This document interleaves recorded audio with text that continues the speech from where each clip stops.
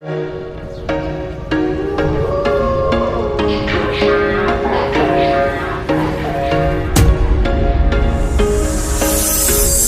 was once a day that I would pray for you. I'd go and Hello guys, ako nga pala po sa Matrix. Madami nagtatanong sa inyo kung may APN tricks pa tayo sa Global Smart na working sa no-load internet natin.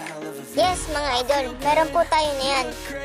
Para sa at magagamit ninyo rin ko ito para hindi ma-block ang SIM ninyo.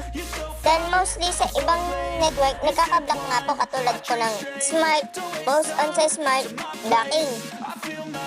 Okay guys, pumunta po tayo sa settings. Then, i-click natin itong network and internet.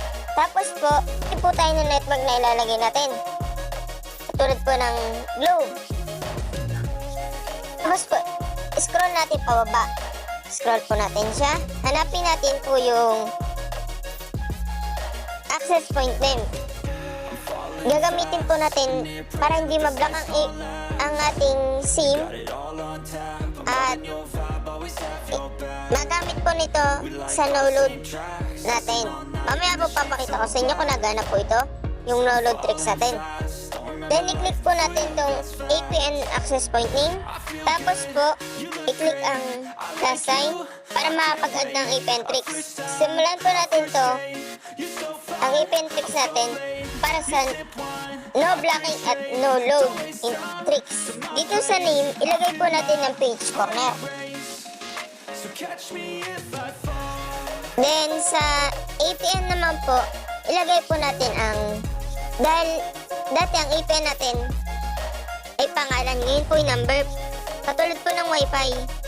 Ang Wi-Fi po ay may modem, may IP address. Ito po ay IP address ng isang network para hindi tayo ma-block. Random po ito, random. Means, random po ay pili po o round sa buong mundo ang IP address na ilalagay natin dito. Ang proxy po, ilagay po natin ay same pa rin po. I-click natin tong APN, then copy, click OK, punta sa proxy, then paste. Tapos po, ang port, lagay po natin ay 3128. Yan po, 3128. Then, server naman po ay www.google.com. Click OK. Then, hindi po natin itong gagalawin itong username, password, MSC, MSC proxy, MS port, MSCC, MNC, at sa authentication type po, ay lagay po natin itong PAP or CHAP. Yan sa APN type po, lagay po natin default. Yan po, default. Siguraduhin po natin itong tama ilalagay natin sa APN type. Wala po tayong ilalagay dito sa APN protocol, APN roaming protocol. Ang barrier po ay select po natin itong lahat. LTE, ito po lahat po. Basta ito lahat. Click lang natin to. Scroll down po dahil meron pa mga kasama yan. Then, ang sabi po dito ay accept. Accept lang po ha. Accept unspecified. Means, para po maganda to ang takbo ng ating APN para sa ating network. Unspecified po ay mga yung G, 2G, 3G. Yun po ang mahihinang klase ng network na nasagap natin paminsan-minsan. Then, i-click natin itong OK. Yan po. Nandito na po lahat sila sa barrier. Ang barrier po natin ay ayos na. Double check po natin. Name, page corner, APN,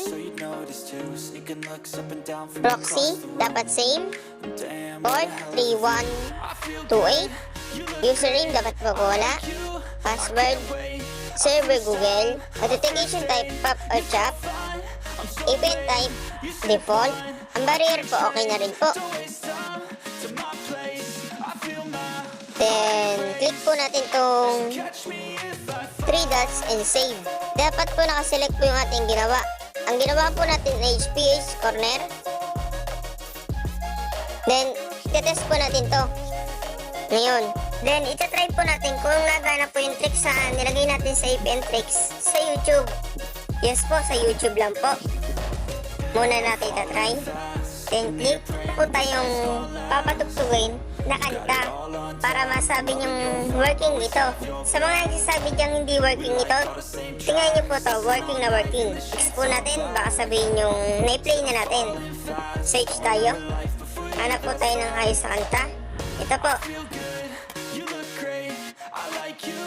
I can't wait, a first time, a first date. You're so fine, I'm so late. Nag-play po yung ating video at nales po ang ating pagkawalang bahala sa SIM natin dahil po meron pong